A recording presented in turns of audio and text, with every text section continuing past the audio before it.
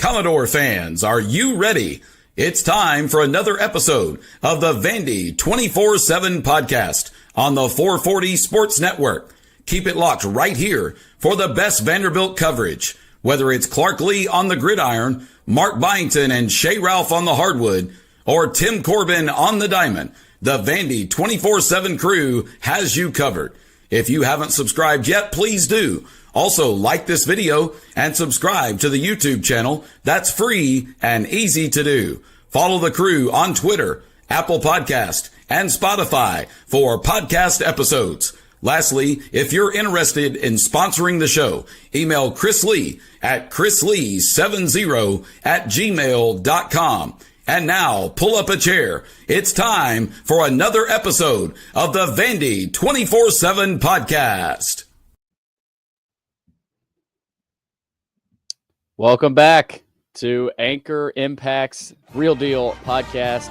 I'm your host, Billy Derrick, on a beautiful Tuesday morning here in Nashville. Again, we are a part of the Vandy 24/7 podcast network, a part of the Believe podcast network as well. So looking forward to talking more Commodore athletics today. We've got a big show today. We've got a lot to get to. Again, this is the Real Deal podcast, your home for Commodore stories, brought to you by Anchor Impact, Vanderbilt's official collective, and everyone here at Vandy 24/7, your home for all things Commodore athletics. Every Tuesday, we try to bring you closer to Vandy's athletes, their coaches, their leaders, and their programs, giving you behind-the-scenes access and connectivity to the black and gold. Subscribe to the Real Deal podcast wherever you listen to your favorite shows. It's all you got to do is search Vandy 24/7 podcast under Spotify or Apple Podcast, and you'll see these podcasts below that feed. So it's the same exact feed there as the Vandy 24/7 podcast. And again, we're available everywhere you get your podcast. A little bit later in the show, we're going to be joined by Joey Dwyer. We'll talk the baseball series from this past weekend against Arkansas. Commodores get swept. They got Western Kentucky tonight, a chance to bounce back from a tough weekend, and then a trip to Gainesville this weekend. So we'll talk a little baseball, talk some basketball portal nuggets as well, talk about the guys that have left, talk about potential players coming in. So we'll get into all that with Joey Dwyer. But first and foremost, we've got a special guest today, and his name is Tyler Nickel. This is his second season. He's entering his second season with the Commodores, and this was a really good conversation. We got into some background, some family background with both his parents playing college basketball. This season averaged 10 points per game. He shot nearly 41% from three-point range. We talked about his personal growth this season, what he learned from the tournament experience, and some interesting comments on the St. Mary's game. And Tyler was really, really gracious with his time. So without further ado, we kick it on over to our interview with Tyler Nickel. Tyler, I want to start with some of your personal background info. Both your parents played in college, which I think some people may not know about you.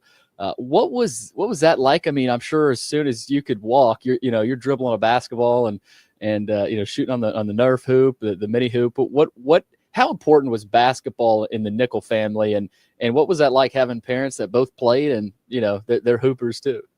Yeah, I mean, it's kind of an expectation. Not that they forced it, but more so that it was just understood in the family. Like, it's a basketball family. It's actually funny you say that. From when I was youngest, my lock screen is me as a kid with a basketball in my hand. So I'm probably like 2 or something in that picture. So yeah. It really has been all my life. Just that being an emphasis of I'm always going to be basketball mindset, my basketball family, like it was just always in me. And then you get to high school, and I mean, just had a ridiculous high school career. Virginia high school leagues, all-time leading scorer. At least you got to that point. 2,909 career points, averaged 28 points a game. I think was it 31 your senior year or something like that? My last year, I think it was like 36 or something like that. 36. So, I mean, just an unbelievable high school career. Virginia Player of the Year in 2022. You signed Hubert Davis's first class there at North Carolina, which, in this portal age, some people may forget about. They may know you just as Virginia Tech, but you actually started your career there at North Carolina. did it work out, the way you wanted at 6 minutes per game as a freshman? How did that challenge you? And what did you learn from that experience there after so much success in high school? You get to college, and look, this happens to a lot of guys where you get to college and you're like, man, this is different. How did that challenge you, and what did you take from that? How are you still taking that into your career now? So when I went to North Carolina, they had just came off going to the national championship. So, and they brought back 4 to 5 guys that started on that team. So I didn't really come in with the mindset of like, oh, I'm going to start and play 30 minutes or nothing like that. They just have a group of guys that just prove that they can go to the national championship. So I can't earn that trust in an off season, So right. I didn't come in thinking that I was going to play all the minutes, get all the shots or anything like that. So it was just it was a rough season for that team because we underperformed. And so it was rough watching kind of like the fall from the mountaintop for a program like that. And I'm a freshman and I feel like I can't even really contribute.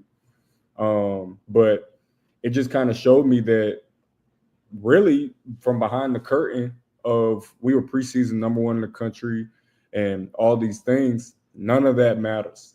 None of that matters. It matters when you're in the lines. And, playing against these guys every day in practice, I always say this, I was getting guarded every day by Leaky Black, who was, in my opinion, the best college defender I've ever seen. So, like, it was a beneficial year for me. I got better that year. It just wasn't the fit for me to continue in college. And then you go to Virginia Tech, and at that point, we were just kind of joking.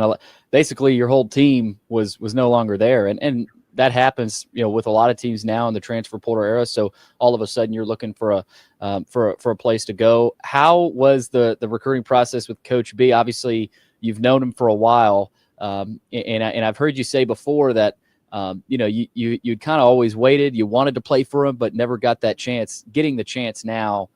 How did that start? And then we'll go deeper into your relationship with him. But what kind of kickstarted that? Well, really, when he was at JMU, obviously I'm from Harrisonburg, so I'm a backyard kid for them. So as soon as he got the job, I'm pretty sure I was one of his first calls to kind of like make sure they knew that my offer with JMU still stands and everything like that. And he had a relationship with my high school coach as well, Kerry Keys, Coach B did. And so I got a feel for the way Coach B was as a person. I went to some practices and watched. I like the way that he's played. I've always liked the way he coached and the way his teams played. It was just a matter of him being at JMU. That wasn't the level I was going to play at.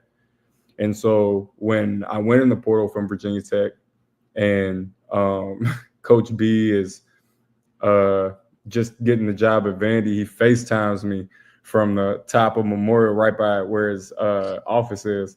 Man, like showing me, he said, this is where you need to be and all this and that. And so him being in the SEC now and knowing that I've always liked the way he coached and the way he was when I had interacted with him, it was pretty easy to see how I could benefit and we could benefit from me going to Vanderbilt. You mentioned that meeting, that FaceTime there. And when you signed, did you know, obviously when you signed, there were still some other guys that signed after you, a couple of guys, I think, that signed before. I know you were an early guy to come in here, though. Mm-hmm. When you signed, were you confident that this could be a tournament team this year and you guys could really make some noise, or was it slower developing of, okay, here we got the guys, or was it more of, hey, I'm here, let's go make this happen? When I signed, I really didn't know what to expect. I trusted Coach, I trusted his vision. But even watching a lot of the guys sign, to be honest, I didn't know a lot of the guys' games. I knew Devin because we both played in the ACC, and obviously MJ because he was my teammate. But everybody else, I really didn't know what their game was like. AJ I had watched a couple times, but I really didn't know. So, but I will be – a lot of people were doubting it even in the summer when we were working out. When I saw the pieces that we did have, I thought we could be really good. I definitely did think that we could be a tournament team, regardless of what everybody was saying. What were the traits of this team? Obviously, we know that when you guys were forcing turnovers and getting out on the break, and of course when you were hitting threes, I kept telling everybody when Tyler hits 4 threes, Vandy's winning. When he's hitting 3 to 4 threes, Vandy's winning games, especially at home. Remember the shot against Missouri there? That was just massive for you guys. But why did it click? Why did it work? And obviously it took it took a little bit, took effort and hard work, but you guys never let it get to a level where it snowballed, right? You never. I think 3 losses in a row was the biggest losing streak, and so why did it happen to work? And why was this team a team that made a run and brought Memorial Magic back? I think it was because we had a team full of guys that genuinely cared about winning. I think now in college, in the age of kind of the transfer portal and NIL, some guys are chasing individual success now more than ever before. And I think that we just had a group of guys that genuinely wanted to win. And when that's the main focus and the main goal, then it's really hard to beat a team that had the talent that we had that genuinely cares about team success. It's going to be hard to beat a team like that. Well, it was obviously, you get to the NCAA tournament and ending the season with 4 losses there is never easy, and it's got to be a sour taste in your guys' mouth.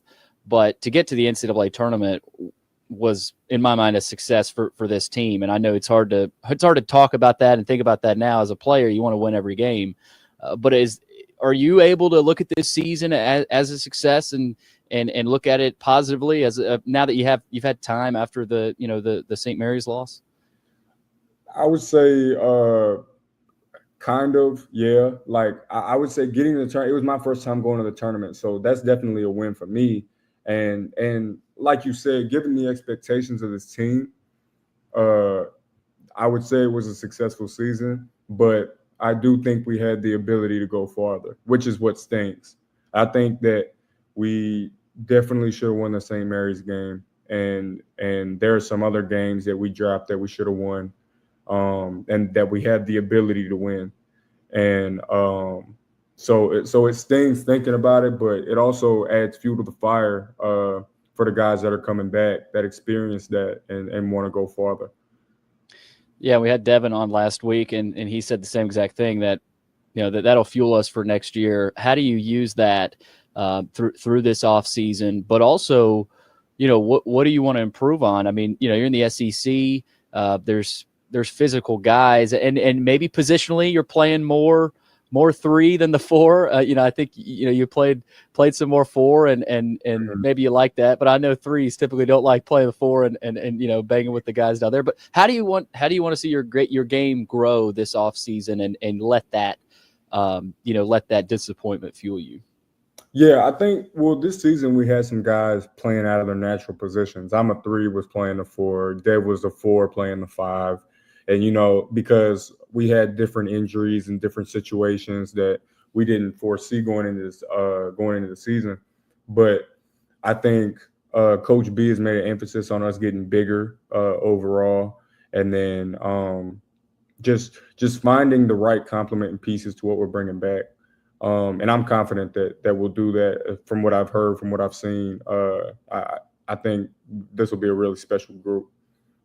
I asked this to Devin too. Memorial Magic. Like, did you coming in and it's funny you say Byington, was FaceTiming you in Memorial. It's a cool place. It's different. You've probably never played in a gym like that, especially coming from the ACC.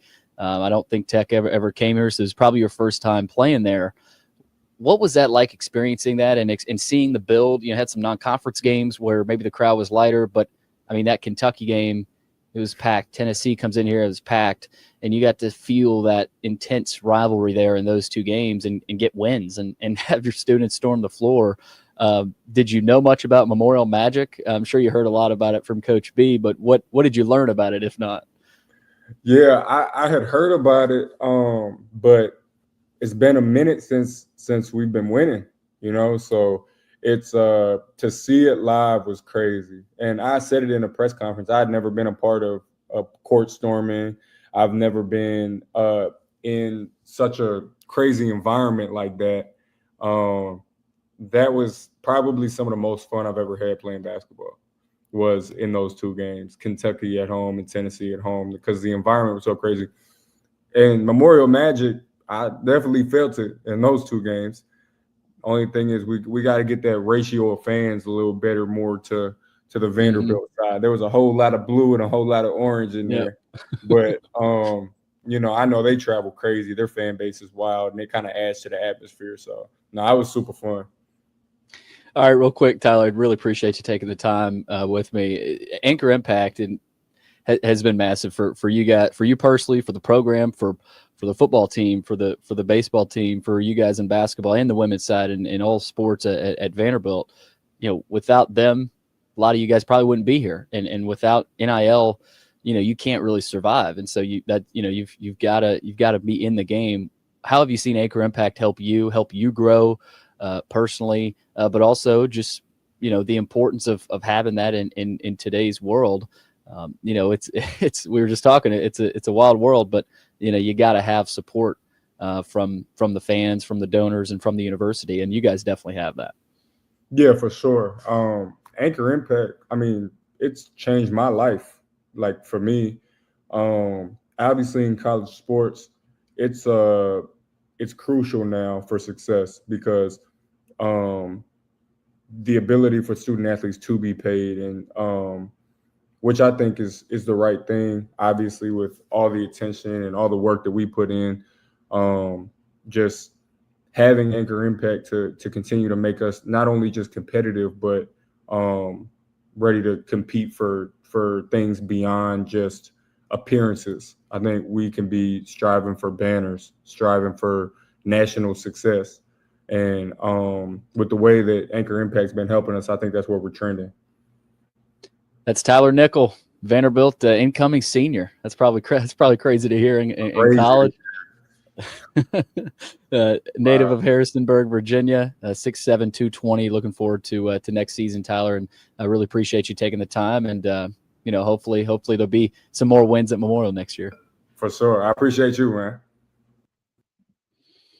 All right, that's Tyler Nickel, Vanderbilt shooting guard.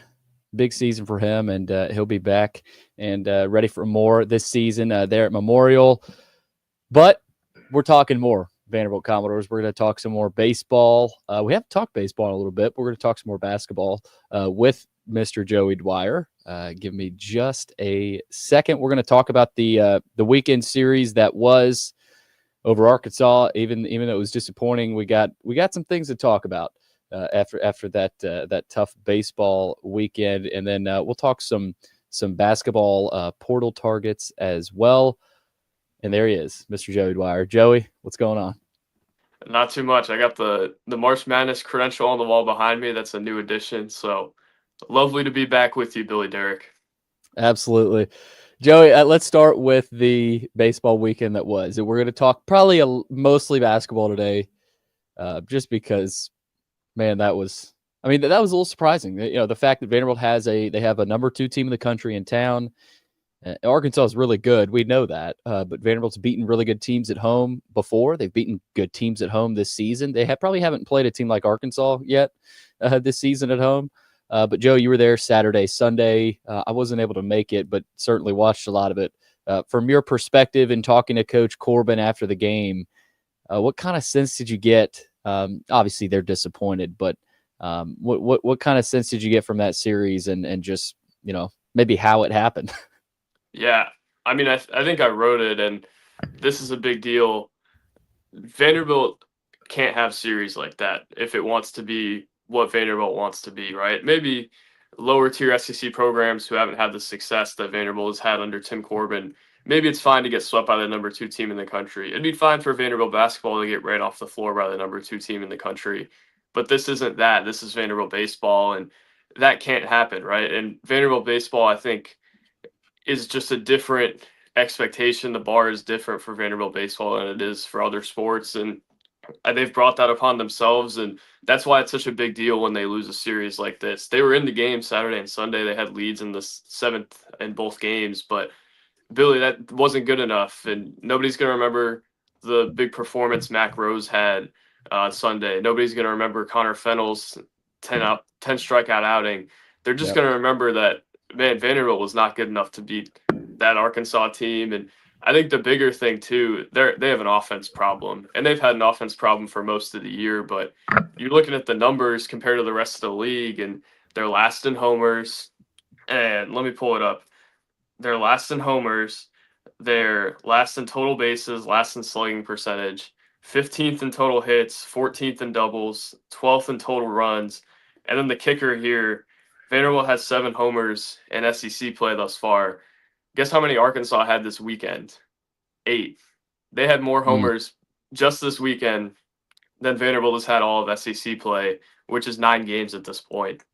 That's not good enough, and they're not going to beat a whole lot of teams with the offense that they had this weekend, Billy. And even it's a lot of their stars haven't really done much. R.J. Austin hitting 176 in SEC play, Colin Barzey 179, Jonathan Vastein's hitting 200.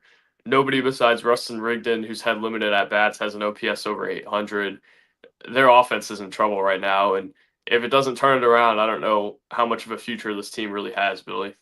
Yeah, look, coming into the season, we knew this was not going to be a heavy home run hitting team, right? And even now, that there's not any notion that makes you think, hey, this team can get hot, in hitting home runs. They're not, right? This is not a home run hitting team. This is a get on base team. We've seen them bunt a lot. Of course, we've seen them when they're winning. They're situationally hitting. They're executing, right? They're getting that double with a guy on second and third and coming through that inning. They're moving guys over. You got a guy at third, no outs, find a way to get him in. When they're winning, they were doing that this year. Their situational hitting, Joey, was atrocious against South Carolina. They all not South Carolina, against Arkansas. They also made some defensive miscues and base running miscues in huge moments. Arkansas came through in the clutch with home runs and big moments. That was really the weekend. Vanderbilt, obviously, they're not even really a team that's going to do that. But what they can do is, like I said, situationally hit, not make defensive miscues like they did, run the bases really well. They didn't do, we talked about the basketball team getting out of character. They didn't play to their identity, Joey. And I still think if this team can play to their identity, run the bases, play great defense, they will give themselves a chance. But when they don't, you see a series like this where you get swept and you might be close, but there aren't too many more weekends where this team can get swept, Joey, especially at home, because you go on the road and that's a whole nother animal. When you go on the road, you got to win more games than not at home. And they just didn't play to their identity. I still think they can get back to that and win games this year, Joey. But again, not playing like that. That you're not, and you're seeing more. You're going to see a lot more teams like Arkansas. Wait till Georgia comes to town. Wait till you see an Ole Miss team that's really good. Obviously, Tennessee. They're going to really have to figure some things out offensively. And I think the most important thing, Joey, they made some big mistakes that, on Saturday, the late inning mistakes, on the bunt coverage was huge. And so, there's pressure on the defense, but again, there's pressure on the offense as well to do their part. Joey, they didn't play to their identity, and it may not be the best identity. I don't think that's the identity you want. It's just kind of how they have to win because, they're not built to hit it out of the park. Yeah, and I think the weird thing too is they thought they would have more power than they have. I think Tim Corbin even told us, I think you were there in the preseason where he was talking about how they were kind of tracking stuff and they knew they were going to have more power because of how they were tracking stuff. And sometimes you're seeing it. You saw Colin Barzey hit one to the top of Memorial on Sunday, but even a lot of their power guys either haven't been power guys or haven't been in the lineup. Like I think they were relying on Braden Holcomb and Chris Maldonado to give them a lot of power. And that was where a lot of the thought that they could take a step forward in terms of power was coming from. And neither of those guys have been in the lineup consistently, at least in SEC play. And I think that matters. And their lack of power, and more so just their lack of offense as a whole recently, I think has really put a lot of pressure on the rest of the operation. And I think that's why you remember the bunt coverage in the 10th inning so much. That's why you remember Mike Mancini's error in the 10th inning. That's making everything more difficult for this team. When you only score 3 runs in an SEC game, you're not going to win it more often than not. And even I don't think they're going to get that from Connor Fennell most Sundays. That was an incredible outing from him. And at some point, that's probably going to regress to the mean. He's probably not going to have 10 strikeouts. I also don't think their Saturday pitching performance is the number one most sustainable pitching performance they've had ever, too. They gave up 3 runs to a really good team in regulation. So, Billy, I think the offense improving is the only path to this team improving. It's the only path to them hosting. It's the only path to them making out of a regional, because I don't think their pitching is good enough. This isn't a lighter Kumar team. I don't think it's a good enough pitching staff to be able to hold another team to 3 or 4 runs every game. That's just not what happens in the SEC nowadays, especially when you have a staff that still, I think, does have some question marks, especially in the back half of the bullpen. And it doesn't have a lighter or a Kumar starting for it either. So everything's amplified when you do things offensively the way Vanderbilt has. They got a really good Western Kentucky team tonight who, you got to come ready to play. And it's probably good that they're playing a team like that tonight to just, turn around quick and try to bounce back. They got Florida, trip to Gainesville this weekend. And Joey, is Florida 0-7, 0-8, I think I saw, or is it 1-7, something like that? Something like that, yeah. I mean, this Gators team is really slumping. Obviously Vanderbilt, that gives Vandy a chance to, to get back up off the mat and maybe go win a series down there. But Florida's going to be desperate. It's kind of one of your classic cases of a desperate SEC team that you probably don't want to play. But Vanderbilt's going down there to Gainesville to play this weekend. We'll talk more about that as we get later in the week. But Billy, can I throw one more note in there too? Yeah. This is an opinion I've had for a while, and I just want to throw it out there because I don't know that I've said it. I actually think they're better than they've shown, but it's just not showing up. I think their lineup is somewhat significantly more talented than it was last year, which is why it's weird to me that this is happening to them now. Like last year, they couldn't afford to have Maldonado or Holcomb on the bench. They needed those guys, and now they have those guys on the bench, and the guys who have replaced them aren't doing any better than those guys would have. And also, like, their better guys, Austin and Vastine, have proven track records of production, and they're just not playing well. So it's odd to me that this is happening right now. And maybe it changes because of that. I'm with you. You've got Maldonado on the bench, J.D. Rogers on the bench, Jaden Davis on the bench, Braden Holcomb on the bench. Mancini will sit out occasionally. You've got some talent depth there. And again, they're just not. They're not playing well, and you got to imagine some guys are pressing. The thing about this team offensively is, they don't have 4 or 5 guys that can hit the ball at the ballpark. They can, but I mean, look at the numbers. They've got 23 home runs. Georgia has around 50. I mean, you got teams that are at the 50, 60 mark right now. 40. So that's just not how this team is built. And I think at times you see guys press a little bit. You see guys get anxious and feel like this is the at bat. I've got to do something, and that's not how you got to play. Look, I'm with you. I think this team is better than they've shown. They're still 16-3 at home. This is a good team, but the SEC is an elite conference with elite teams. Vanderbilt's not one of them, and that's just the fact of the matter. They can beat those teams. At their best. That's the thing. Vanderbilt can beat anybody in the country at their best. It's just their best is kind of a hard needle thread at times. So it's like, how often is Jalen Carey hitting a 3? That's like that. That's when Vanderbilt basketball was at its best, was when uncharacteristic things were happening. How often is Mike Mancini going to go yard twice in a weekend or things along those lines? That's what you're really hoping for. Yeah. No, I'm with you. I think it's a good point that there's still a lot out there for this team because of the talent. So again, there's the board's always going to be freaking out, especially after a weekend like that. But Vandy turns around and gets a win this weekend. A lot of that'll change. So it'll be interesting to see. And look, there's a lot of narratives being spun around this program. They've got more fuel to the fire than they've ever had. They've got a lot of motivation to prove people wrong. So it's going to be interesting to see what happens this season. But Joey, it's also going to be interesting to see what happens this basketball offseason. Nothing's happened yet in terms of players coming in. Right, guys have been visiting. Guys, Zoom meetings is a new portal thing now, I guess, with coaches nowadays. But just to refresh people, Jason Edwards has hit the portal. Jalen Carey has hit the portal. MJ Collins hit the portal a couple of days ago. J.Q. Roberts already hit the portal.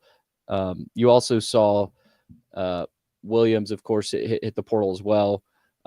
Joey, and then A.J. Hogard, Chris Magnon, Grant Huffman graduating.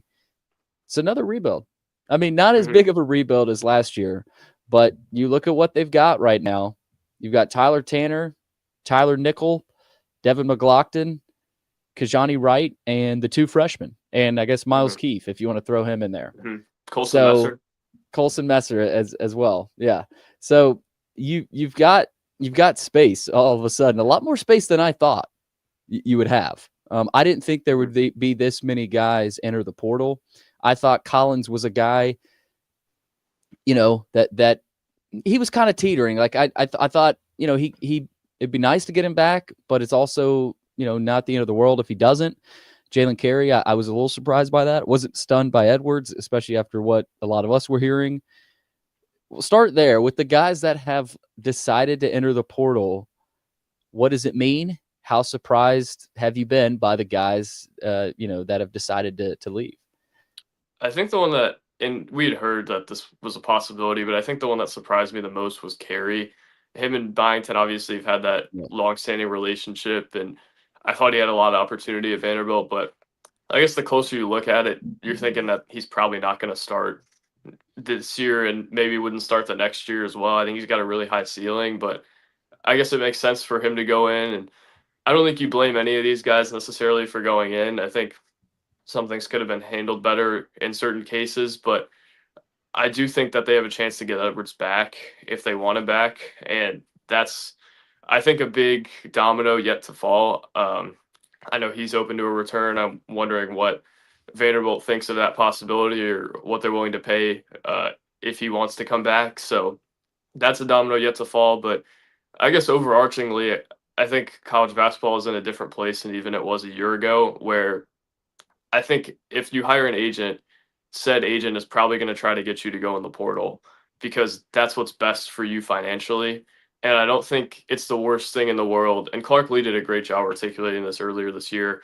I don't think it's the worst thing in the world for someone to be financially motivated. I think a lot of people are financially motivated. And a lot of these guys in college basketball have to provide for families or want to start new family lives after they get out of college basketball and know they're not going to the NBA.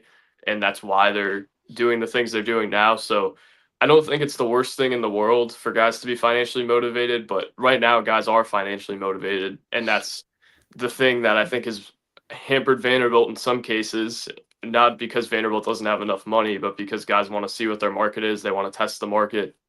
And I think Vanderbilt has no choice but to say, well, go ahead. And some guys they'll welcome back if they decide to come back. And some guys, I think the bridge maybe hasn't been burned, but I don't think the bridge is necessarily open. It was interesting. Even look at it. MJ Collins signed with an agent 3 days ago and is now in the portal. I mean, that tells you that the landscape has changed so much, and I don't think it's necessarily a culture issue with Vanderbilt, because I think if it was, then you would see all these guys darting the first day.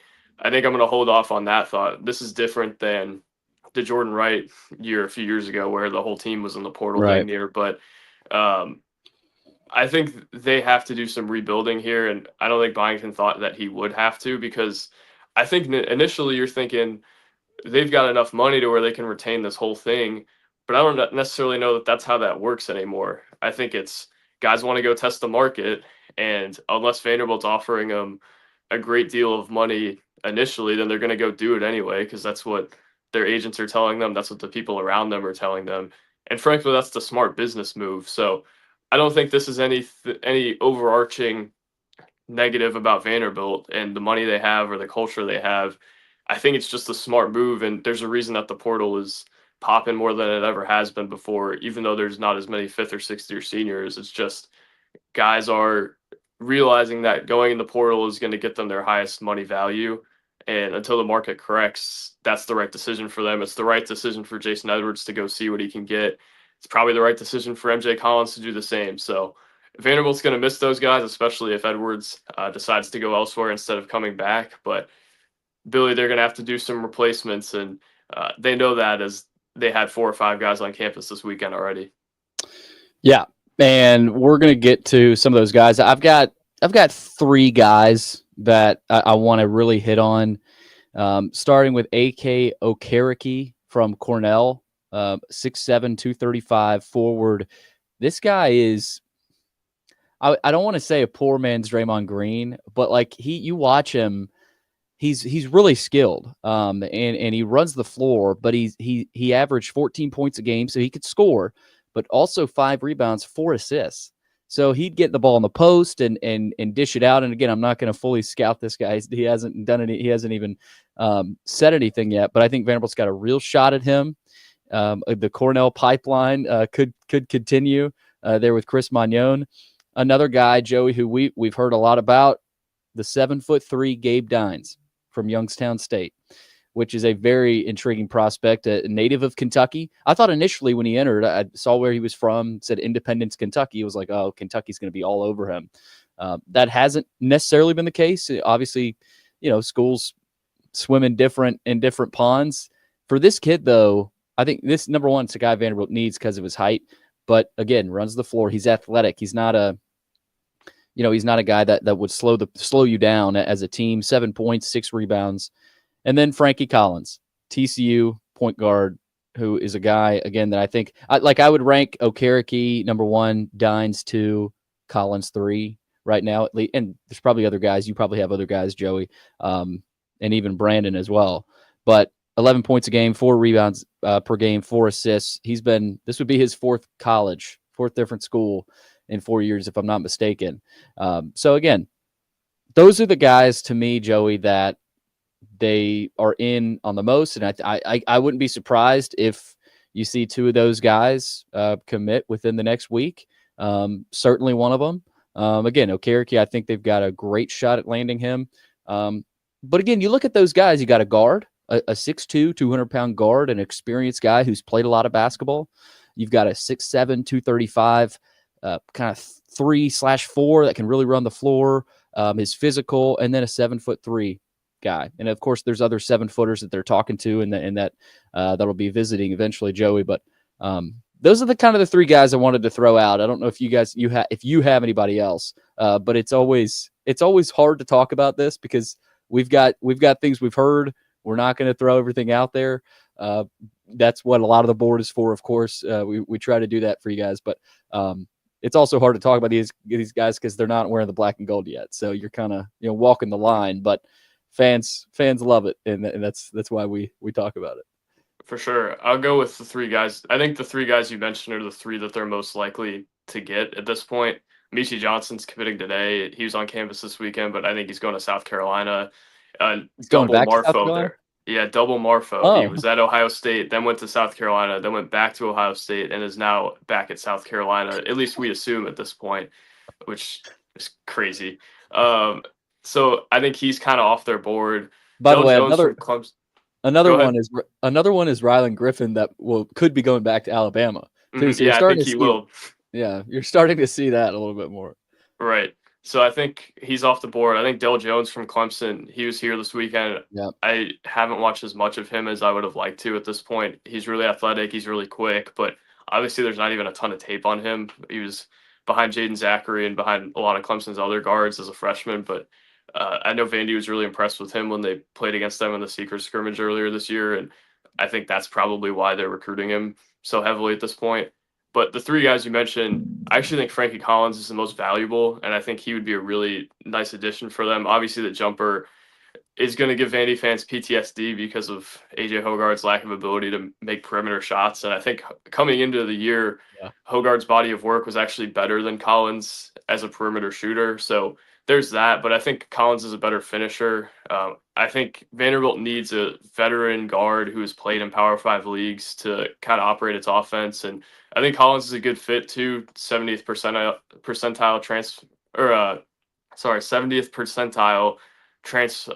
transition player. So he can really run the break. He can get up and down. I think he's a good passer. That's a non-negotiable for Right. for Byington, I feel like. Especially a Byington point guard. You want a guy who can run the floor, get the pace going. And I think Collins progressively throughout his career has got better with taking care of the ball. The two things I worry about with him are the foot injury he sustained actually against Vanderbilt, which if you want a note about Frankie Collins and kind of his toughness, he left that Vanderbilt game with a foot injury that he eventually needed to get surgery on, came back in the game, finished the game, and then got surgery after the game, which toughness personified there, unless he re-aggravated it, which obviously could have been the case. But I think, and the other thing is the perimeter shooting, obviously, but I think he would be a really nice addition for them. I think he does a lot of things really well. And then I'd say the second ranked guy I would have is AK from Cornell. He is, I think, better than Magnon in a lot of ways. I don't think he's a great perimeter shooter either, which, again, Billy, you're wanting a team that shoots a little bit better, and then the two guys that we talk about can't really shoot it that well, and then Dine's also not a great shooter. So that's a question, but I think he's big, he's physical, he can guard multiple positions. I think he can really get downhill. He's a better passer than people give him credit for. I think he would be a really nice addition, and he's a guy that I think can be a true four for them, to where they're not having to play somebody like Tyler Nickel out of position at the four. He gives you a lot of lineup flexibility because he can go down to the three if you want to put McLaughlin at the four, and then put whoever you're going to get at center at the five. Or he can just be the straight up four and he can guard that position well, and he can stretch the floor from that position. He can keep the ball moving from that position. I think he would be a really nice get, but I still think that you would need another guy or two in addition to him on the wing. Obviously, Nickel coming back helps for sure. And then Dines, I'm a little iffy on whether I think Dines is good enough to start at Vanderbilt. Obviously, the size and the shot blocking stand out. I think he's everything that Vanderbilt needed last year that it didn't have. But I also think in some ways you're giving up some of what you did have with Jalen Carey if Dines is your starting center.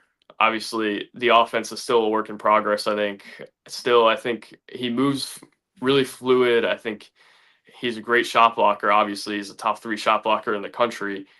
But also I'm looking at it and I'm saying, man, there is a lot to go offensively there. And if I could tell that when he was playing for Youngstown State, I'm obviously going to be able to tell that for Vanderbilt. So I think it would be a nice addition within the context of you get another big, and Dines can come in and play 15 minutes and block shots and run the pick and roll and catch alley-oops. I think he would be awesome in that role. I have my questions about what he would be like in a starting role for Vanderbilt, and I guess we'll see kind of how the rest of the portal shakes out. They've got a lot of scholarships to work with. Even the Johnny Wright is a variable there, but we'll see, Billy. I think this is a really interesting couple weeks for Vanderbilt basketball, and we'll tell you a lot about what they can do over the course of the first couple months of the season. Couple other guys, and again, we got to wrap up here, but a couple other guys I want to mention. Sam Walters, somebody threw this on the board. I didn't realize he was in the portal from Michigan. This guy's 6'10". He's not a bruiser down low. He's not gonna throw a post move on you, but he runs the floor and he hits threes. And he'll put it on the floor a little bit too. And of course, transferred from Alabama to Michigan. Just watching 2 minutes of his film in his style of play, I feel like fits perfectly with Byington's system. Could be a really good guy off the bench. And again, he might want starter minutes. That's the other thing. A lot of these guys want starter minutes, and Vanderbilt, you've only got right. That's the question. How many starter minutes does Vanderbilt have to sell? Mm-hmm. You would imagine McLaughlin is a starter. Tyler Tanner, probably not. Mm-hmm. I mean, he's probably your backup point guard. Tyler Nickel, starter minutes. Yeah, so you've got, I mean, you've got Kajani Wright. Where does he fit in? So you've probably got right now 3 starting spots to to sell. And, again, depends on what happens to Kajani Wright. And again, Nickel and McLaughlin aren't going anywhere. But that's a pretty good spot to be in. But you also need to sell bench spots. I say bench, but depth guys. And that can be hard. That can be hard to get quality depth in the portal. And we can't forget about Jalen Dean Vines, of course, and to see how he factors into things, and Leverett as well. But again, the portal guys are going to make the biggest impact.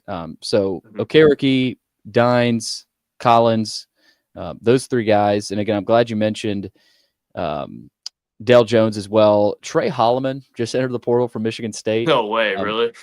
Yeah, which is interesting. Do you keep the Michigan State pipeline going? I'm not. Again, I don't know if a lot of these guys already have the school they want to go to, before they enter the portal. And that's the funniest thing here, Joey. Like, coaches talk about it and people talk about the portal, and they'll say, well, as soon as guys hit the portal, coaches are contacting them and they get notified as soon as guys hit the portal. What percentage of these of these coaches are reaching out to guys before they hit the portal? Like 90%. Yeah, I don't think that's really how this works. There's more tampering going on than a lot of people probably think. And so we need to keep that in mind as well. And I don't think people realize the level of knowledge that these coaching staffs have of every roster in the country. They know all about them, even if they're playing.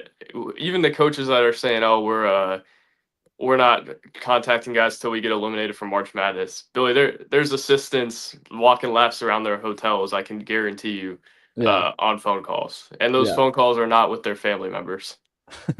No. So it's funny, tracking this time of year. And it's fun too. I mean, Joey, in a lot of ways, this can be more fun than the season, especially for a program like Vanderbilt, where you rely heavily on the portal right now, and as every team does. Vanderbilt's not in the spot to just look at a few guys a year. Vandy's going to be getting, this going to be another big class, Joey. I mean, 4 or 5 guys, maybe even more than that. So that's what we got. Again, we'll talk more portal. We'll talk more baseball later in the week, but wanted to get some thoughts out there. That's Joey Dwyer. I'm Billy Derrick. We'll get a podcast out. We might get one out tomorrow. We haven't done a mailbag pod yet here in a while, so we might get one out there, and then we'll get one out Thursday as well, talking baseball. So that's Joey Dwyer. I'm Billy Derrick. Thanks for listening to another episode of the Vandy 24/7 podcast.